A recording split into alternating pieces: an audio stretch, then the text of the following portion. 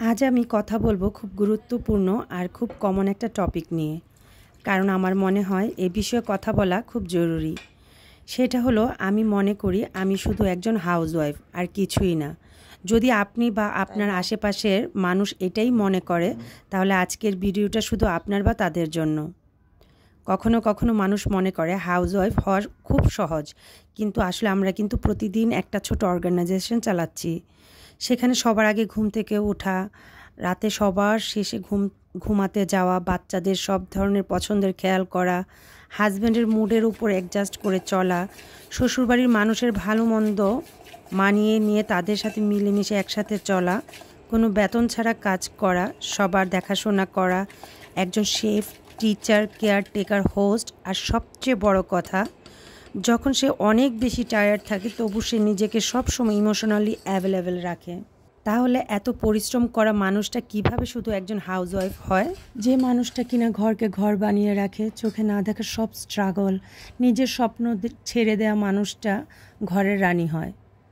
যখনই আপনি শুনবেন সে ঘরে থাকে, কি আর করে, শুধু ঘরে দেখাশোনাই তো করে, তাহলে সেই কথা মনে না নিয়ে সেদিন আপনি ঘর থেকে ছুটি নিয়ে নিন, সব কাজ থেকে।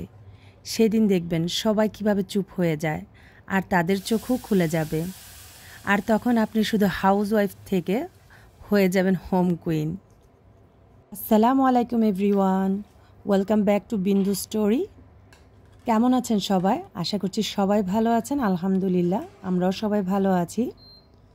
সকালে মেয়েকে আগে নাস্তা দিয়ে দিয়েছি, কারণ ওর কোচিং ছিল। তারপর আমার আর আমার হাজব্যান্ডের জন্য নাস্তা বানাচ্ছি। এই তো রেগুলার সিম্পল যেই নাস্তা হয় সেটাই আর কি। তো আপনারা আমার ব্লগটা দেখতে থাকুন আর কথাগুলো শুনতে থাকুন। আমি আবারও সেই টপিকে চলে যাই। আজকের যে টপিকটা, আশা করছি পুরোটাতে জুড়ে আমার সাথেই থাকবেন। আজকের টপিকটা আমার বেশ পরিচিত। আমরা কম বেশি হাউসওয়াইফরা সবাই জীবনে একবার হলেও এই কথাটা নিশ্চয়ই শুনেছি, যে ঘরেই তো থাকে, কি আর করে, সারাদিন তো ঘরেই থাকে। আর সবচেয়ে বেশি কষ্ট লাগে যখন এই কথাটা নিজের হাজব্যান্ডের কাছ থেকে শুনতে হয়। আমি শুধু আপনাদের কাছ থেকে শুধু একটা কথাই জানতে চাই, আপনারা কি শুধু নিজেকে জাস্ট এ ওয়াইফ মনে করেন, জাস্ট এ হাউসওয়াইফ মনে করেন? আমার মনে হয় না যে নিজেকে শুধু হাউসওয়াইফ ভাবাটা ঠিক। বাজেট বানানো, ম্যানেজমেন্ট, টাইমিং করা, প্ল্যানিং করা, এটা একটা সিওই এর কাজ। সিবি কোম্পানির সিওই একটা স্কিল। সো আমরা হাউসওয়াইফ না, আমরা একটা ঘর ওনার। ঘর চালানো শুধু একটা রেসপন্সিবিলিটি না, লিডারশিপ রোল।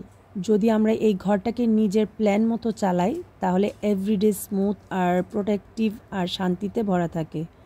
তো চলেন আপনাদের সাথে কিছু টিপস শেয়ার করি, যা কিনা আপনাদেরকেও আপনাদের ঘরে সিওই বানিয়ে দিবে। সবার প্রথম, প্ল্যান ইউর ডে।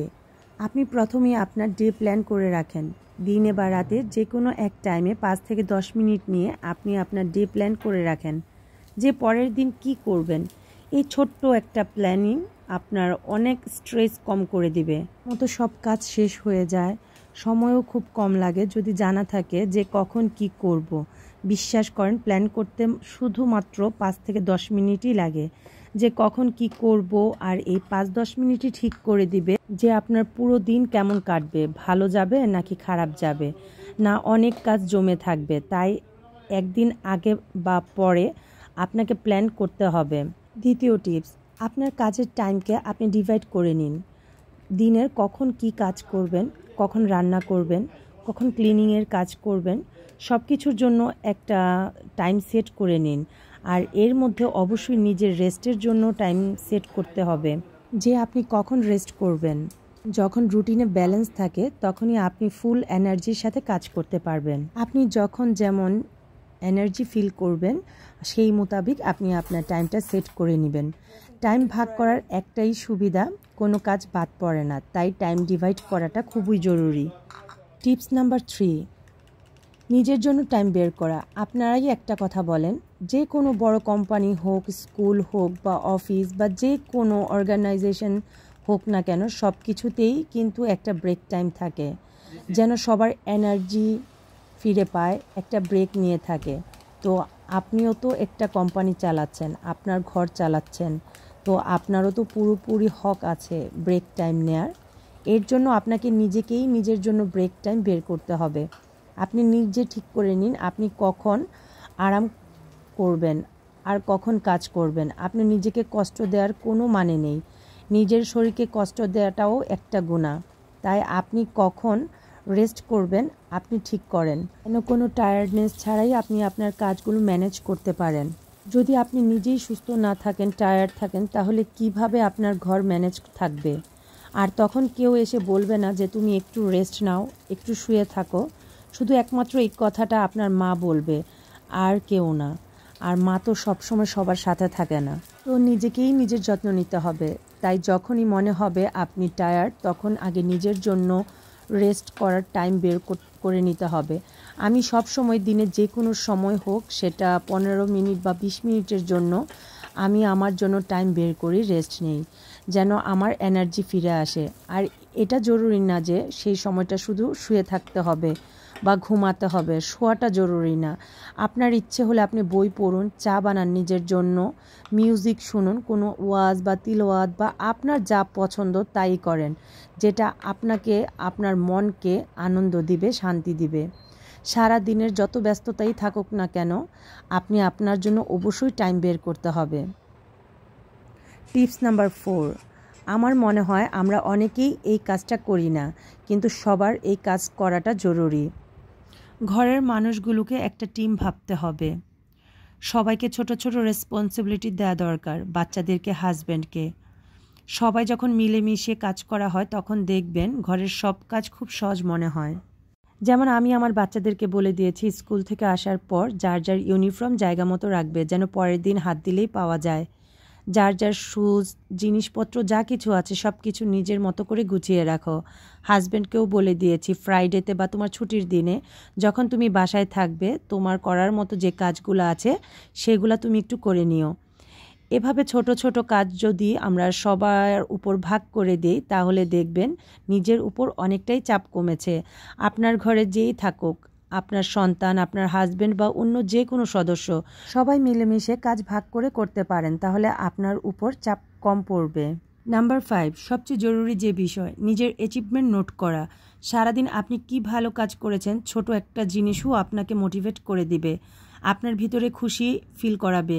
তখন নিজের কাজ নিজেই খুশি খুশি করতে পারবেন। কখনো এটা ভাববেন না যে অন্য কেউ আপনাকে অ্যাপ্রিসিয়েট করবে। রান্না প্রতিদিনই করেন, কেউ কি প্রতিদিন এসে বলে যে আপনি ভালো রান্না করেছেন? করে না তো, তাই না? নিজেই চিন্তা করেন যে নিজে আজকে খুব ভালো রান্না করেছেন, নিজে খান, নিজেকেই নিজে প্রশংসা করেন। আপনার ঘরকে আপনি খুব সুন্দর করে ম্যানেজ করছেন, এটা এসে কেউ বলবে না। অনেকে জেলাসির জন্যও অনেকের প্রশংসা করতে পারে না, তাই আপনার কারো অ্যাপ্রিসিয়েটের কোনো প্রয়োজন নেই। আপনি নিজেকেই নিজে মোটিভেট করেন, নিজে নিজে কাউন্ট করেন কিভাবে টাইম ম্যানেজ করছেন, নিজেকে নিজে টাইম দিচ্ছেন, কি ভালো কাজ করছেন। এই সব কিছু আপনার অ্যাচিভমেন্ট যদি আপনি ফিল করেন।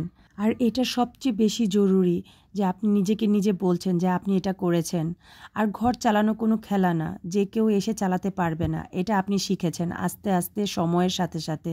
যদি আমরা সারা জীবনও ঘর চালাই, তাও আমরা প্রতিদিন কিছু না কিছু শিখি।